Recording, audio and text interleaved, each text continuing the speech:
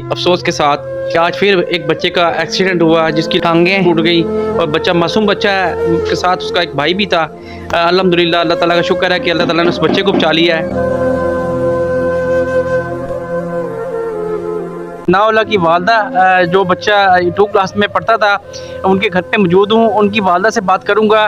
बताइएगा कि इनके वालिद क्या करते हैं? इनके वालिद मजदूरी करते हैं। क्या मजदूरी करते हैं? टोकरी। छोटे 6 बच्चे हैं मेरे, ना को बहन है मेरी, ना को मेरा भाई है, ना को मेरी वालदा है।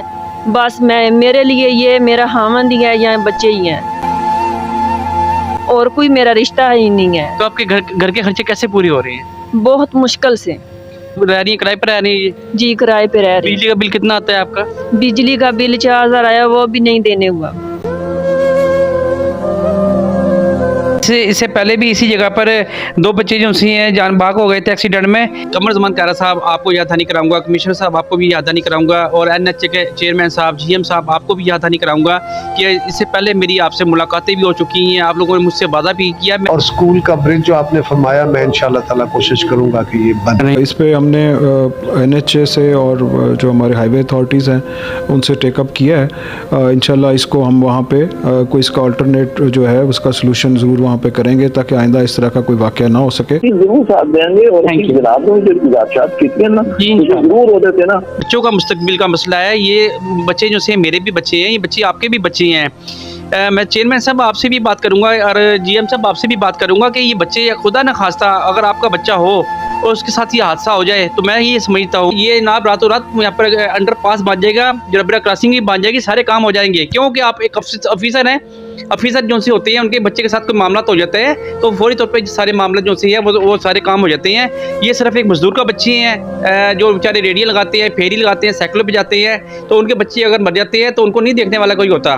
कमिश्नर साहब आपसे भी रिक्वेस्ट करूँगा क्योंकि आप हमारे इलाके के कमिश्नर हैं, गुजरात के कमिश्नर हैं, आप जो चाहे कर सकते हैं, आप वक्त के बादशाह हैं। तो आपके लिए ये मामला कुछ नहीं है कि मैं आपसे फिर ये दरख्वास्त करूंगा कि जितनी जल्दी मुमकिन हो सकता है यहाँ पर अंडरपास बनवाया जाए ताकि बच्चे महफूज हो सकें। मेरे साथ इनामुल्लाह मौजूद हैं जो ठीकरिया स्कूल में पढ़ते हैं, उनसे जो इसके भाई का एक्सीडेंट हुआ है उसका भी हम पता करते हैं। जी बेटा अस्सलाम वालेकुम। वालेकुम सलाम। क्या हाल है आपका? ठीक ठाक। बताइएगा कौन सी क्लास में पढ़ती हैं? 4 क्लास में पढ़ते हैं। अब्बू क्या काम करते हैं आपके? रिक्शा चलाते हैं। रिक्शा चलाते हैं। बताइएगा कि छोटा जो भाई आपका है जिस वक्त आप छुट्टी हुई है आप सड़क क्रॉस करके जा रहे थे तो क्या हुआ है? साजी गाड़ी ने टक्कर मारी। किस तरह टक्कर मारी है? आप लोग रोड क्रॉस कर रहे थे, क्या वक़्वा क्या हुआ, थोड़ा सा मुझे बताइएगा। सर जी हमने रोड क्रॉस कर लिया था, फिर वापस आया, फिर जाते जाते ना कार ने टक्कर मार दी। भाई की उम्र कितनी है? 10 साल। कौन सी क्लास में पढ़ता है भाई? 2 क्लास में पढ़ता है। जी नाज़रीन, मेरे साथ बच्चा है सनाउल्लाह जिसका ये फ्रैक्चर हुआ है, ये ठीकरी हाई स्कूल में पढ़ता है। मैं इनके घर की हालत तो आपको दिखा चुका हूँ, आज बच्चे की हालत भी दिखाता हूँ कि ये बच्चा है जिसकी हालत ये है कि इसकी वर्दियाँ जो से ये बेचारे फटी हुई हैं। आप इसके हालात देख रहे होंगे, जो है ये पैंट जो सी है ये आप देख रहे हैं कि बच्चे की हालत क्या है। तो देख के अफसोस हुआ है। बेटा बताइएगा कि ये कैसे हुआ है आपके साथ?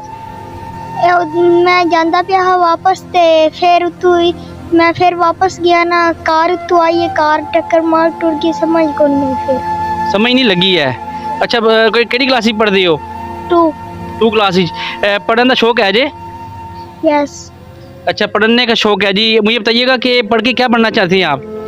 डॉक्टर। जी डॉक्टर बनना चाहता है बच्चे के ख्यालात आप देख रहे हैं कि बच्चा कहता है मैंने डॉक्टर बनना चाहता हूँ। मुझे बताइएगा कि जिस वक्त ऐसे हालात होंगे वालिदैन जो से किस तरीके से पढ़ाएंगे, बच्चे की जो ख्वाहिश है वो किस तरीके से पढ़ाई की पूरी होगी, किस तरीके से बच्चा जो है वो अपने पाया तकमील तक, अपने ख्वाब तक पहुँचेगा। गैस वगैरह तो है नहीं आपके पास? गैस वगैरह नहीं, लकड़ियाँ बालते हैं। लकड़ियाँ आप लोग जाते हैं। अब बताइएगा कि जो बच्चों के खाने पीने का सिलसिला है वो किस तरीके से पूरा करते हैं? वो बहुत मुश्किल से करते हैं। बहुत मुश्किल से करते हैं। जो आपका खामद काम करता है उसमें आपका गुजारा नहीं हो रहा? नहीं हो रहा। गुजारा नहीं हो रहा है। तो अब उनके लिए एक और क़यामत टूट पड़ी है कि जो बच्चे का फ्रैक्चर हुआ है उस पर भी काफ़ी खर्चा आ गया है और वो कहते हैं कि हमारे पास दवाइयों के पैसे भी नहीं है। ये सारे सवालों के जवाब आप लोगों ने मुझे देने हैं। मुझे बताना होगा कि कब तक ये चलता रहेगा। आप यकीन करें कि मैं बाहर के मुल्क इंग्लैंड में रह के आया हूँ 6-7 साल।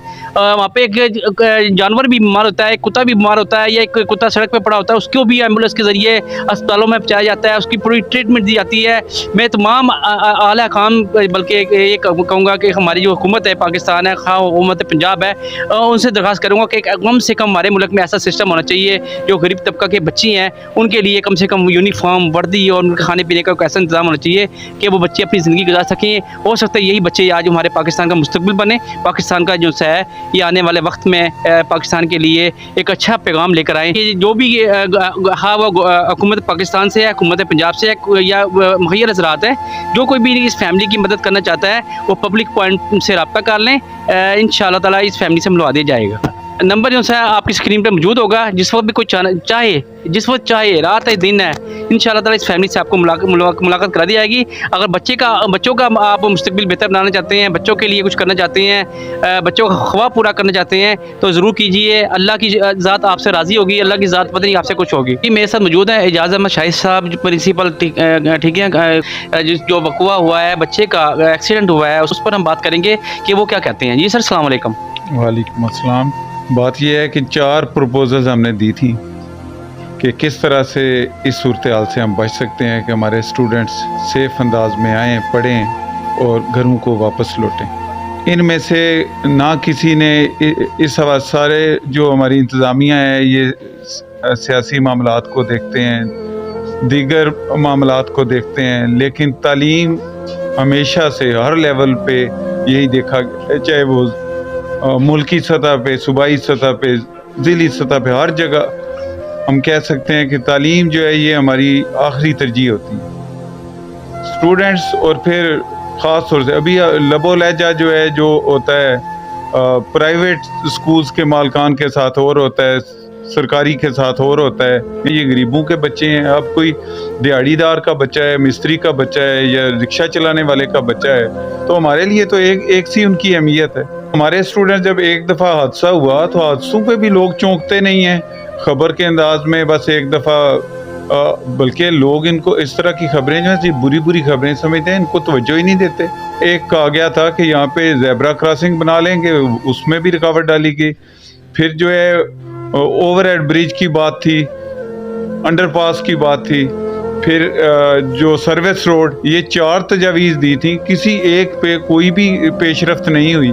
सर मोहम्मद इमरान नाम है मेरा, यहाँ पे सीनियर टीचर हूँ और जब से मैं इधर आया हूँ तकरीबन 2010-11 की बात है। मैं ये बात बहुत परेशान करती है कि यहाँ पे जीटी रोड है जो है ये मेन रोड है। मेरे पास जो बच्चे पढ़ रहे हैं तकरीबन 50 गांव के लोग हैं जिनके बच्चे यहाँ पे पढ़ रहे और ज़्यादातर का ताल्लुक गरीब घरानों से है जो बमुश्किल अपने सुबह शाम की रोज़ी रोटी मुकम्मल करते हैं, उसको रोज़ी रोटी कमाने के लिए मजदूरी करते हैं। ये बच्चा जो जिसका एक्सीडेंट हुआ है, इसकी एक टांग फ्रैक्चर हो गई है और इसका वालिद जो है वो रिक्शा चलाता है। वो अपने घर का ये रोज़ी का बंदोबस्त कैसे करता है वो मुझे पता है और मैं इसको समझता हूँ कि उस वालिद के ऊपर क्या गुजरी होगी जिसके लिए इतनी परेशानी बन गई कि 2 क्लास का बच्चा है वो दोबारा हमने उससे पूछा है तो उसकी एक टांग जो है ना वो फ्रैक्चर हो गई है और वो उसका ऑपरेशन हुआ है। अल्लाह ताला उसे सेहत दे। इससे पहले जो 2 बच्चे यहाँ पे रोड एक्सीडेंट के हवाले से सुबह के वक्त जो है ना उनकी डेथ हो गई है। हमें उनका ज़ाती तौर पे बहुत अफसोस है। कल उसका वालिद आया हुआ था और उसके ऐसी हालत जैसे बंदा इंसान जो है ना वो पागल हो जाता है। तो मैं ये गुजारिश करूँगा कि जैसे भी हो, जिस तरह भी हो, जैसे ही मुमकिन हो यहाँ पे अंडरपास बना दिया जाए ताकि जो है ना बच्चे आसानी से ये रोड क्रॉस कर सकें और स्कूल आने जाने में उन्हें कोई दिक्कत ना महसूस हो। तो यहाँ पे एक नाला है, उस नाले में भी ये नाला बनाया गया है स्कूल के सामने, उसको कवर कर दो। वहाँ पे भी बड़ा खतरा है। हम लोग देखते हैं कि कोई उस नाले में ना गिरे। नाला बना दिया, उसमें पानी खड़ा रहता है, उसकी निकासी का कोई बंदोबस्त नहीं है। अब मैं तो ये समझता हूँ कि कोई मुखैर हज़रात कोई अपने तौर से कर दें। पुलिस वाले जो हैं वो अपने तौर से नहीं भेज सकते, किसी एक पुलिसमैन की ड्यूटी लग जाए। जब छुट्टी होती है उस वक्त कोई पुलिस वाला ड्यूटी करे। सुबह जब बच्चे स्कूल आते हैं उस वक्त वो वहाँ पे ट्रैफिक को आर्जी तौर से रोके। मैं समझता हूँ कि जब हमारा दीन ये कहता है कि एक इंसान का कत्ल या एक इंसान की जान जाना जो है वो पूरी इंसानियत के कत्ल के मुतरादिफ है, तो उसका मतलब है कि इंसानी जान की बहुत हुर्मत है। तो क्या वजह है कि जीटी रोड के ऊपर स्पीड ब्रेकर नहीं बन सकते, कि उनके वो जो इस्लामाबाद से लाहौर जाते हैं या लाहौर से इस्लामाबाद, तो उनकी रफ्तार में क्यों फ़र्क नहीं आना चाहिए? अगर इंसानी जान बचती है, बाहर जानवरों के हकूक़ होते हैं। अंडरपास जितनी जल्दी मुमकिन हो सकता है इसको बनवाया जाए, ताकि जो से हैं सिर्फ स्कूल का मामला नहीं है, स्कूल का मसला नहीं है, यहाँ से तमाम गुजरने वाले बुजुर्ग, ख़वातीन, बच्चे जो से हैं वो भी परेशान हैं। उनको भी कितने लोग ऐसे हैं जिनके रोज़ाना एक्सीडेंट होते हैं और अस्पताल में पड़े होते हैं। ज़िम्मेदार कौन है, मुझे बताइएगा।